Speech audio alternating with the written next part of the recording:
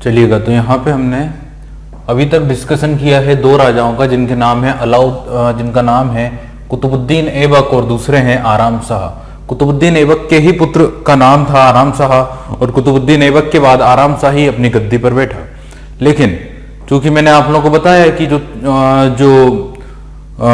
जो एक और गुलाम हुआ करता था कुतुबुद्दीन ऐबक का, गुलाम और दामाद, जिसका नाम था इल्तुतमिश, और इल्तुतमिश गवर्नर था या वायसराय था या राज्यपाल था, कहाँ का? बंदायूं का। बंदायूं जो उत्तर प्रदेश में है, वहां का राज्यपाल हुआ करता था इल्तुतमिश। तो इल्तुतमिश ने कहा कि चूंकि यह गुलाम वंश है और गुलाम वंश में एक गुलाम ही अगला शासक या रूलर बन सकता है या सुल्तान बन सकता है, इसीलिए उसने जूड़ के युद्ध में 1211 में आराम शाह को मारकर या आराम शाह को पराजित करके और उसकी हत्या करके की हत्या करके वो अगला शासक बन गया दिल्ली सल्तनत का। तो अब हमें डिस्कशन करना है, हमें बात करना है किसके शासनकाल के बारे में? इल्तुतमिश के शासनकाल के बारे में। तो अब ये इस तरह से अगर हम बात करें तो तीसरा शासक होगा दिल्ली सल्तनत का या गुलाम वंश का, स्लेव डायनेस्टी का। और ध्यान रखिएगा आप लोग, स्लेव डायनेस्टी को ममलूक डायनेस्टी के नाम से भी जाना जाता है। इस वंश को साथ ही ममलूक वंश, गुलाम वंश के नाम से भी जानते हैं। ममलूक का मतलब होता है गुलाम। ठीक है, अब हम बात करें थर्ड रूलर की, जिसका नाम है इल्तुतमिश।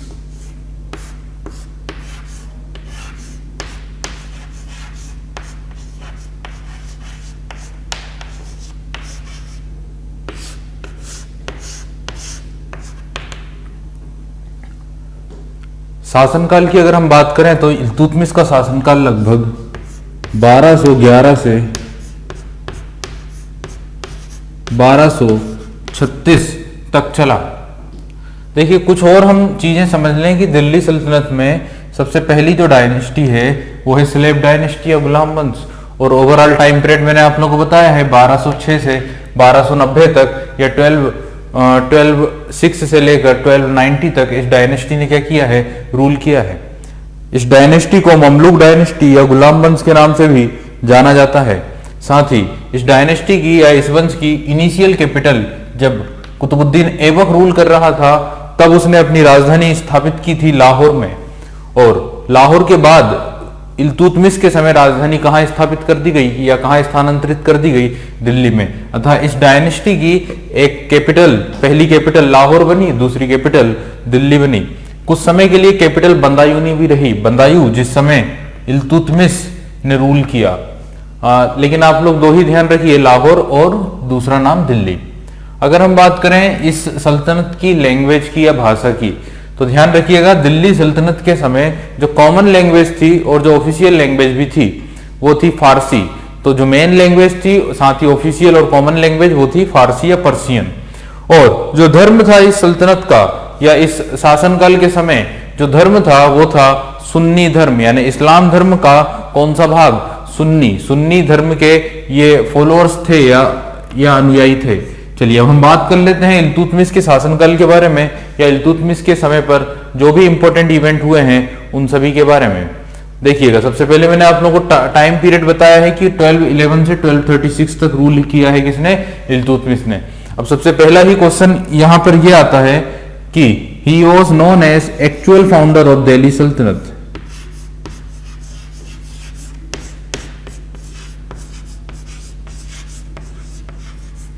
दिल्ली सल्तनत का वास्तविक संस्थापक ही किसे कहा जाता है? एक्चुअल फाउंडर ही किसे कहा जाता है? इल्तुतमिश को। तो ध्यान रखिएगा, he was considered as the actual founder of Delhi सल्तनत। और इसे पहला सुल्तान इसलिए कहते हैं क्योंकि देखिए, इसे अगर हम बात करें ना सुल्तान की या सुल्तान के टाइटल की, तो आप लोगों को पता है कुतुबुद्दीन ऐबक ने सुल्तान का टाइटल नहीं लिया था। कुतुबुद्दीन ऐबक का जो टाइटल था वो सिपाह सलाहर का था। It means he commander in chief, यानी सेनापति, और वो सेनापति ही थे। अगर हम बात करें आराम शाह की, तो आराम शाह ने भी ये टाइटल नहीं लिया है। अब अगर हम बात करें इल्तुतमिश की, तो इल्तुतमिश को हम फर्स्ट सुल्तान कहते हैं इंडिया का, और साथ ही दिल्ली सल्तनत का भी पहला सुल्तान किसे कहा जाता है? इल्तुतमिश को। क्योंकि इल्तुतमिश को सबसे पहले बगदाद के खलीफाओं ने सुल्तान की उपाधि लीगल तौर पर यानी वैधानिक तौर पर दी थी। तो क्वेश्चन ये इसलिए आएगा कि who was the first sultan of Delhi सल्तनत, ना कि who was the first ruler of Delhi सल्तनत। फर्स्ट रूलर में तो आंसर क्या हो जाएगा, Qutubuddin Aibak, but first sultan में आंसर जो होगा वो क्या होगा, इल्तुतमिश होगा। तो ध्यान रखिएगा, यह पहला सुल्तान इसलिए कहा जाता है क्योंकि बगदाद के खलीफाओं ने लीगली उसे सबसे पहले सुल्तान की उपाधि दी थी। तो दिल्ली सल्तनत का पहला सुल्तान और दिल्ली सल्तनत का अगर आखिरी सुल्तान की बात की जाए तो वो होंगे इब्राहिम लोदी, लोदी वंश के शासक। ठीक है, आगे चलते हैं और अगले पॉइंट के ऊपर डिस्कशन करते हैं। इसी इल्तुतमिश ने इस सुल्तान की उपाधि को क्या बना दिया था, पैतृक बना दिया था। सबसे पहली बात तो यह हो गई एक्चुअल फाउंडर, और दूसरी बात हो गई सुल्तान की उपाधि धारण की है, और ये लीगली उसने ली है किससे, लीगली उसे प्रदान की है किसने, इराक के खलीफाओं ने। और तीसरी बात कि इस उपाधि को या इस पद को इसने क्या कर दिया है, पैतृक कर दिया है। इस उपाधि को उसने क्या बना दी है, पैतृक बना दी है। यानी कि अब अगले जो शासक होंगे वो भी सुल्तान कहलाएंगे और वो उसी के वंश के क्या होंगे, उसी के वंश से संबंधित होंगे। यानी कि अब अगला जो शासक बनेगा वो उसी के परिवार से रिलेटेड होना चाहिए या उसी के परिवार से रिलेटेड होगा। तो ये वंशानुगत बनाने वाला जो व्यक्ति था वो भी कौन था, इल्तुतमिश ही था। क्लियर, ठीक है, आगे चलते हैं और अब गौर करते हैं अगले पॉइंट के ऊपर। देखिए, सुल्तान की उपाधि जो भी धारण करेंगे वो उसी के वंशज होंगे, उसी से रिलेटेड होंगे। इल्तुतमिश से लेकर 1526 तक, 1206 से 1526 ये जो पूरा शासनकाल है, से लेकर 1526 तक जितने भी शासकों को हम पढ़ेंगे उन सभी की जो उपाधि होगी वो क्या होगी, सुल्तान होगी। क्लियर, ये सारे लोग अब क्या कहलाएंगे, सुल्तान कहलाएंगे। क्लियर, क्योंकि अब जो टाइटल है वो सुल्तान का ही होगा और वो टाइटल एक बार मिल चुका है, अब वो वही टाइटल कहलाएगा सभी रूलर का। अगला पॉइंट, अंतिम सुल्तान बता चुका हूं, इब्राहिम लोदी जो लोधी वंश के थे।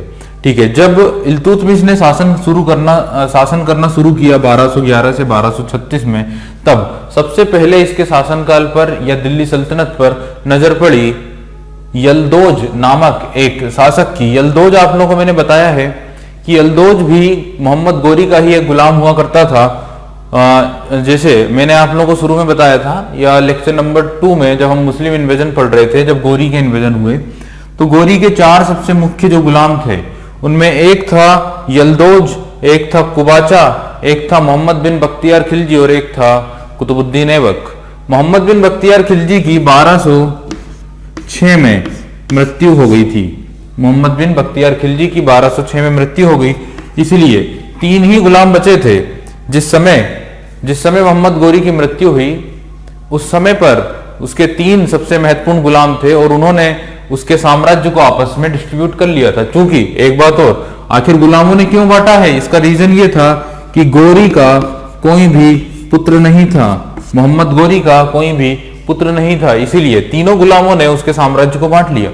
और भारत के आसपास या पूरा भारत का जो क्षेत्र था, इंडिया का जो टेरिटरी थी, वो किसे दी गई थी, कुतुबुद्दीन ऐबक को, और उसने अपना केंद्र बनाया था लाहौर को। इसके अलावा यल्दोज को मिला था गजनी और कुबाचा को मिला था सिंध या काबुल और बलूचिस्तान वाला क्षेत्र। सिंध, कांधार, काबुल और कांधार वाला जो क्षेत्र था वो मिला था किसे, कुबाचा को।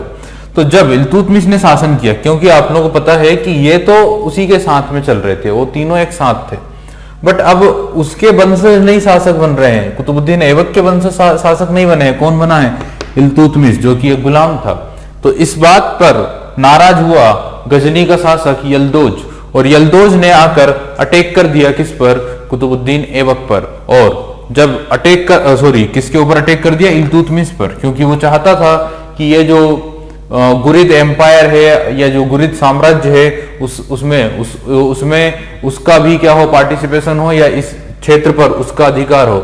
और इल्तुतमिश ने उसे रोकने की कोशिश की और इन दोनों के बीच में एक युद्ध हुआ, और ये युद्ध लड़ा गया 1215 में, 1215 में। तो ध्यान रखिएगा, 1215 या 1215 में इल्तुतमिश और यल्दोज के बीच में एक युद्ध लड़ा गया, और इस युद्ध को ही हम जानते हैं the third battle of Tarain.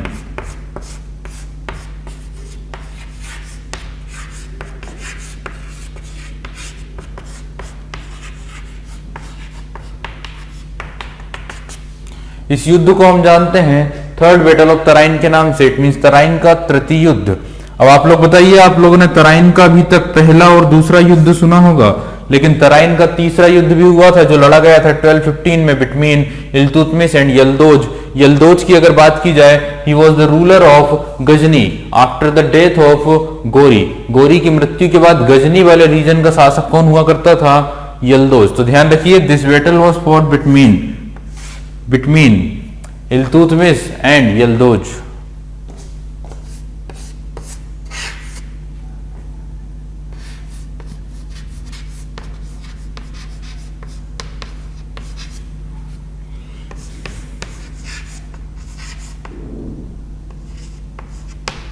Yildoj, who was the ruler of Ghazni. In this battle, Iltutmish killed Yildoj. इस युद्ध में इल्तुतमिश ने यल्दोज की क्या कर दी? हत्या कर दी। अब ध्यान रखिएगा, ये तो बात होगी 1215 की। इन्हीं के शासनकाल में अगर हम बात करें तो तीसरा जो गुलाम था, एक तो गुलाम हो गए कुतुबुद्दीन ऐबक, एक गुलाम थे यल्दोज, और एक गुलाम और थे जिनका नाम हुआ करता था कुबाचा। जिनका नाम क्या हुआ करता था? कुबाचा।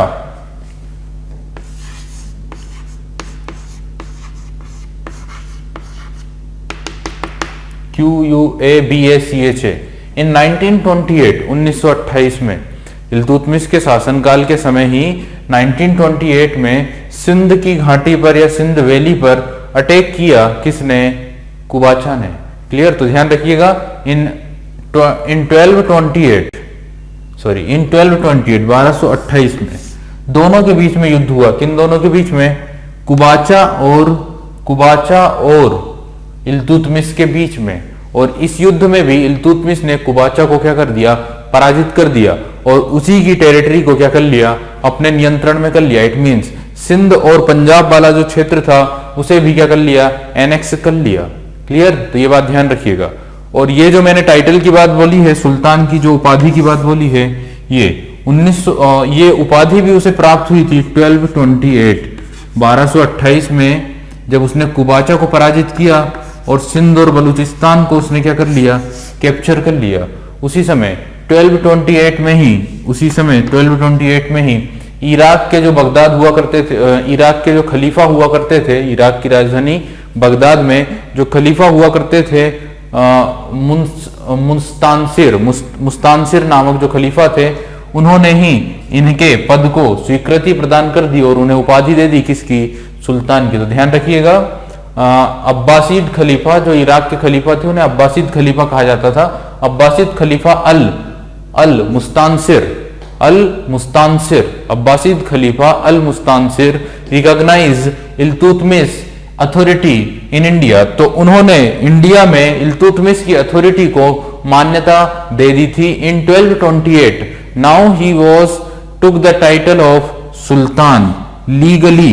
क्योंकि आप लोगों को पता है, इनसे पहले जो दो लोग थे, एक तो थे गजनी और दूसरे थे गोरी, इन्हें सुल्तान की उपाधि वैधानिक रूप तौर पर नहीं मिली थी। इन्होंने सुल्तान की उपाधि खुद ही ले ली थी। जैसे गजनी की बात करें तो he took himself the title of sultan, and also Ghori भी खुद को सुल्तान कहलवाता था, लेकिन इन दोनों को ही लीगली कोई उपाधि नहीं मिली थी। लेकिन अगर पूछा जाए कि भारत के पहले शासक जिन्होंने सुल्तान की उपाधि ली तो वो थे गजनी, बट वैधानिक तौर पर अगर बात की जाए तो आंसर क्या हो जाएगा?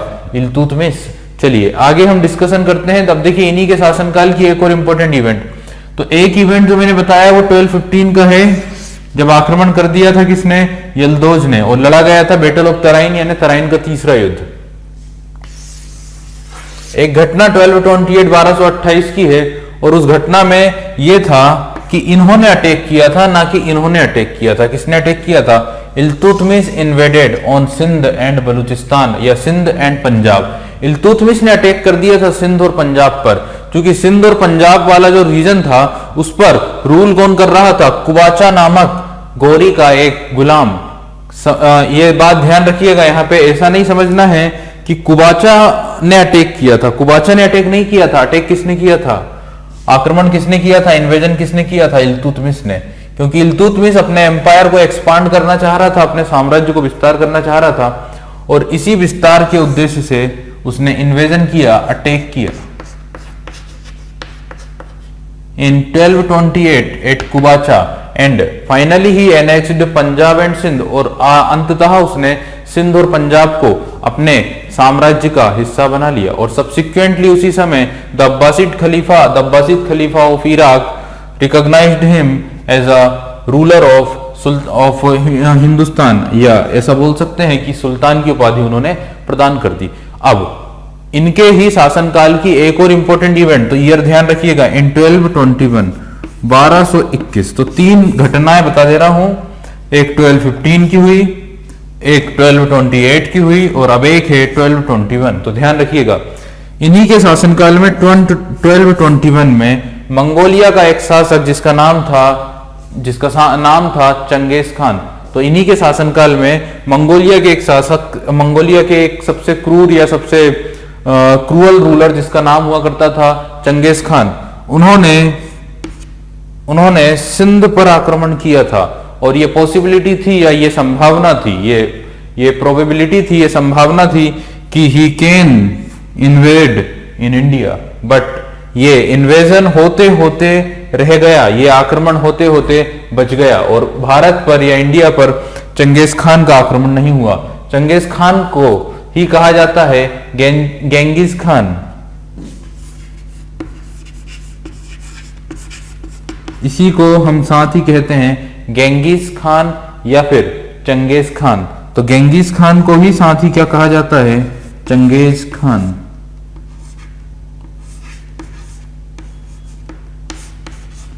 भारतीय इतिहासकार इस व्यक्ति का नाम क्या लिखते हैं, चंगेज खान। और चंगेज खान का ही आक्रमण भारत पर होने वाला था 1221 में, लेकिन वो सिंध से ही क्या हो गया, लौट गया। देखिए, एशिया का सबसे क्रूर शासक या क्रूअल शासक या सबसे बदनाम शासक अगर किसी को कहा जाता है तो वो कहा जाता है चंगेज खान को या गेंगिस खान को। क्लियर। देखिए, इंडियन हिस्टोरियन उसका क्या नाम बताते हैं, चंगेज खान। लेकिन अगर हम इसके वास्तविक नाम की बात करें ना, तो इसका वास्तविक नाम हुआ करता था तेमुचिन। हाँ, his actual name was Temujin. तो ध्यान रखिएगा, इसका वास्तविक नाम क्या हुआ करता था, तेमुचिन। और ये रूल किया करता था मंगोलिया में। मंगोलिया की बात करें तो एक डेजर्ट कंट्री है, एक मरुस्थली देश है, एक कोल्ड डेजर्ट कंट्री है बिटवीन रसिया एंड चाइना। तो रूस और चाइना के बीच में ही मंगोलिया आता है, और वहीं से हुआ करता था एक क्रूर शासक जिसका नाम था गेंगिस खान। और ये इतना ज्यादा बदनाम था कि ये खुद भी जानता था, समझ गए, ये इतना ज्यादा बदनाम था, ये खुद भी जानता था इसके मरने के बाद इसकी जनता इसकी डेड बॉडी को भी नहीं छोड़ेगी। क्लियर। इसको खुद ही पता था कि ये कितना बदनाम है और कितना क्रूर है, और इसने अपनी जनता पर कितने अत्याचार किए हैं। तो उसे पता था कि जब वो मर जाएगा तो उसके मरने के बाद उसकी जनता उसकी जो डेड बॉडी है उसे भी नहीं छोड़ेगी, और उसे भी क्या कर देगी, बर्बाद कर देगी। तो इसने अपने सेनापति को यह आदेश दिया कि जब मेरी मृत्यु हो जाए और जितने भी लोग मेरी शव यात्रा में जाए, जितने भी लोग मुझे दफनाने जाएं, उन सभी लोगों को मार डालना। क्लियर। ये आदेश दिया उसने अपने सेनापति को कि जितने भी लोग मुझे दफनाने जाएंगे उन सभी लोगों को क्या कर देना, मरवा देना। तो उसके आदेश के अनुसार उसके सेनापति ने जितने भी लोग उसकी शव यात्रा में गए थे उन सभी यात्रियों को क्या किया, उन सभी लोगों को क्या किया, मरवा दिया। और बाद में सेनापति ने भी क्या कर लिया, सुसाइड कर लिया। तो आज तक इतिहासकार और जितने भी आर्कियोलॉजिस्ट हैं वो नहीं पता लगा पाए या ढूंढ नहीं पाए, क्योंकि जितने लोग थे वो सब मर गए, किसी को पता ही नहीं चला कि चंगेज खान की समाधि कहां पर है। इट मीन्स कि आप लोग समझ सकते हैं कि कितना सातिर और कितना खतरनाक व्यक्ति हुआ करता होगा चंगेज खान, जिसने उन लोगों तक को नहीं छोड़ा जो लोग उसी को दफनाने गए थे, उसी की कब्र खोदने गए थे। उन्हीं लोगों को उसने क्या करवा दिया, मरवा दिया। और आज तक इतिहासकार और आर्कियोलॉजिस्ट ये पता नहीं लगा पाए हैं कि आखिर चंगेज खान की समाधि कहाँ है। इतिहास में एकमात्र शासक जिसकी समाधि या जिसके मकबरे के बारे में जानकारी नहीं है। अदरवाइज आप लोगों को पता है सभी रूलर्स की समाधि या जो कब्र है वो कहाँ कहाँ पर है, बट चंगेज खान की समाधि के बारे में संशय है, उसके बारे में एग्जैक्टली सही जानकारी इतिहासकारों को नहीं है। चलिए तो आगे चलते हैं और अब हम बात करते हैं और कुछ नेक्स्ट पॉइंट की। अच्छा, यहाँ पे हमने ये तो बोला कि चंगेज खान का आक्रमण 1221 में होने वाला था, लेकिन इसके पीछे रीजन क्या था, तो ध्यान रखिएगा 1221 में मंगोलिया का ही एक व्यक्ति, एक शासक हुआ करता था जिसका नाम था जलालुद्दीन मिंगबरनी या जलालुद्दीन मंगबरनी। तो ये जो जलालुद्दीन मंगबरनी था, ये चंगेज खान के छोटे भाई की हत्या करके वहां से भागा था। समझ गए? जलालुद्दीन मंगबरनी ने क्या किया था, चंगेज खान की छोटे भाई की हत्या करके वो वहां से भागकर कहाँ गया, सिंध आ गया। और उसी को पकड़ने के लिए, उसी को मारने के लिए चंगेज खान अपने देश से निकला। अब क्या हुआ कि जलालुद्दीन मंगबरनी ने मदद मांगी किससे, दिल्ली सल्तनत के शासक इल्तुतमिश से। जलालुद्दीन मंगबरनी ने सिंध से ही एक लेटर लिखा और इनसे हेल्प मांगने की कोशिश की, मदद मांगने की कोशिश की। लेकिन जब ये संदेश पहुंचा और जब ये बात पता चली चंगेज खान को, तो चंगेज खान ने भी एक पत्र लिखा, एक लेटर लिखा किसे, दिल्ली सल्तनत को। और दिल्ली सल्तनत के शासक को यह कहा, अगर तुमने गलती से भी मदद कर दी जलालुद्दीन मंगबरनी की, तो वो तो मरेगा ही, लेकिन मैं दिल्ली सल्तनत पर आक्रमण करके इस सल्तनत को भी क्या कर दूंगा, डिस्ट्रॉय कर दूंगा, यानी आप सबको भी क्या कर दूंगा, नष्ट कर दूंगा। तो ध्यान रखिएगा, इस समय पर इल्तुतमिश ने अपनी समझदारी दिखाते हुए जलालुद्दीन मंगबरनी को मदद करने से मना कर दिया और उसको यह कहा कि इंडिया की या भारत की जलवायु, भारत का क्लाइमेट तुम्हें सूट नहीं हो पाएगा, और इस तरह से उसने हेल्प करने से मना कर दिया। और फिर चंगेज खान सिंध गया और सिंध में जाकर उसने जलालुद्दीन मंगबरनी की हत्या की और सिंध से ही वो क्या हो गया, वापस लौट गया। यदि इस समय पर अगर इल्तुतमिश मदद कर देता जलालुद्दीन मंगबरनी की, तो डेफिनेटली ये होता कि चंगेज खान अटैक करता दिल्ली सल्तनत पर, और ये बात तय थी कि वो दिल्ली सल्तनत को पूरी तरह क्या करता, निस्तेनाबूद कर देता, उसे पूरी तरह डिस्ट्रॉय कर देता। और हम फिर दिल्ली सल्तनत में मंगोलियाई शासकों का शासन पढ़ते बजाय तुर्की शासकों का शासन पढ़ने के। तो ये बात ध्यान रखिएगा, ये एक इंपॉर्टेंट पॉइंट है कि किसी क्वेश्चन इस तरह से पूछा जाएगा, किसके समय पर या किसके शासनकाल पर मंगोलिया के चंगेज खान का आक्रमण होते होते रह गया। समझ गए? आंसर क्या होगा, इल्तुतमिश। चलिए आगे चलते हैं और अब हम गौर करते हैं नेक्स्ट पॉइंट पर। अब देखिए इनके शासनकाल की और कुछ अगर इंपॉर्टेंट इवेंट है तो क्या और इवेंट रही है इनके समय पर। देखिए इल्तुतमिश ने ही दिल्ली सल्तनत में जो है अरेबिक कॉइन्स या प्योर अरेबिक कॉइन्स चलवाए थे। समझ गए ना, he was the first ruler of Delhi सल्तनत who issued pure Arabic coins in Delhi सल्तनत। तो दिल्ली सल्तनत में शुद्ध अरबी सिक्के चलाने वाला पहला शासक ही कौन था, इल्तुतमिश। तो ध्यान रखिएगा, he issued pure Arabic coins in Delhi सल्तनत। और ये जो अरेबिक कॉइन्स थे, जो अरबी सिक्के थे, इन्हें कहा जाता था जीतल एंड टंका।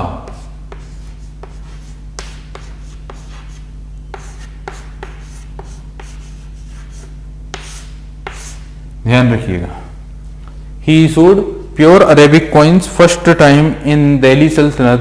These coins are known as jital and tanka. Jital की अगर बात की जाए तो जीतल जो था वो कॉपर कॉइन्स था और टंका जो था वो सिल्वर कॉइन्स था। तो ध्यान रखिएगा, टंका was silver coin, it means चांदी के जो सिक्के थे उन्हें कहा जाता था टंका, और कॉपर यानी तांबे के जो सिक्के थे उन्हें कहा जाता था जीतल। ठीक है, आगे चलते हैं और हम गौर करते हैं नेक्स्ट पॉइंट पर। इल्तुतमिश ने एक प्रणाली या एक सिस्टम बनाया था जिसे कहा जाता है तुर्कान ए चहलगामी या दल चालीसा या 40। तो ध्यान रखिए, एक और इंपॉर्टेंट पॉइंट है यहां पर, इस्टेब्लिश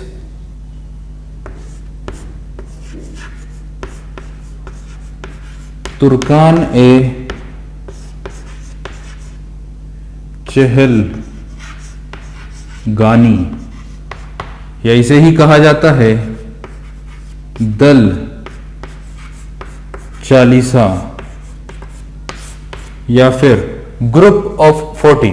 देखिए जिस तरह कुतुबुद्दीन ऐबक के कई गुलाम थे, उसी तरह इल्तुतमिश के भी हजारों गुलाम थे, लेकिन उन हजारों गुलामों में से उसने सबसे खास, सबसे विश्वसनीय 40 गुलामों का एक ग्रुप बनाया, 40 सरदारों का एक ग्रुप बनाया, 40 ऑफिसर्स का एक ग्रुप बनाया, और इन अधिकारियों को, इन ऑफिसर्स को, इन सरदारों को ही या इनके ग्रुप को ही कहा जाता था तुर्काने चहलगामी। और ये उस समय के सबसे पावरफुल ऑफिसर हुआ करते थे, सबसे शक्तिशाली अधिकारी हुआ करते थे, जो सुल्तान को डायरेक्टली क्या करते हैं, सलाह देते हैं। तो सुल्तान को सलाह देने वाले 40 सबसे मोस्ट इंपोर्टेंट जो ऑफिसर्स थे या उन ऑफिसर्स का ग्रुप जो था उसे कहा जाता था तुर्काने चहलगामी या दल 40 या ग्रुप ऑफ 40। तो क्वेश्चन पूछा जाएगा, दिल्ली सल्तनत के किस शासक ने तुर्काने चहलगामी की प्रणाली को क्या किया, बनवाया था। ठीक है, नेक्स्ट पॉइंट।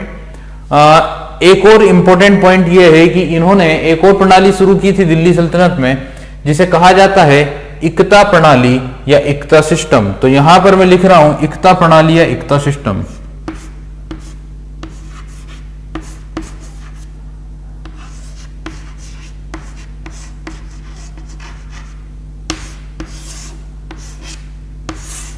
इक्ता प्रणाली या इक्ता system was started by Iltutmish. अभी इक्ता सिस्टम या इक्ता प्रणाली क्या है, अगर इसकी बात पर हम गौर करते हैं।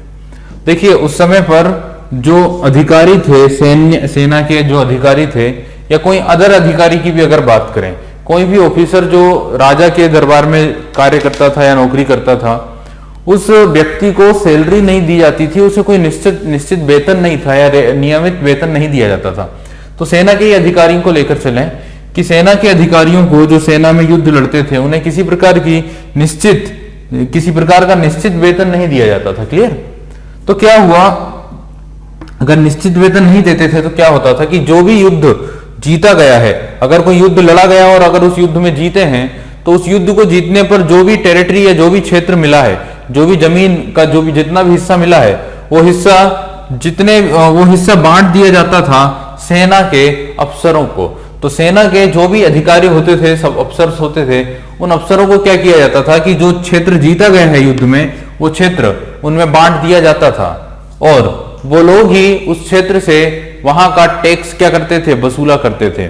इस प्रणाली को कहा जाता है इक्ता प्रणाली या इक्ता सिस्टम। अब जैसे मान लो कि एक ऑफिसर है जो सेना में युद्ध लड़ता था या जो सेना में लड़ता था, और इस अधिकारी को ने जो जमीन जीती है, जो लैंड एरिया जो जीता है, वो लैंड एरिया इसी को क्या हो गया, दे दिया गया।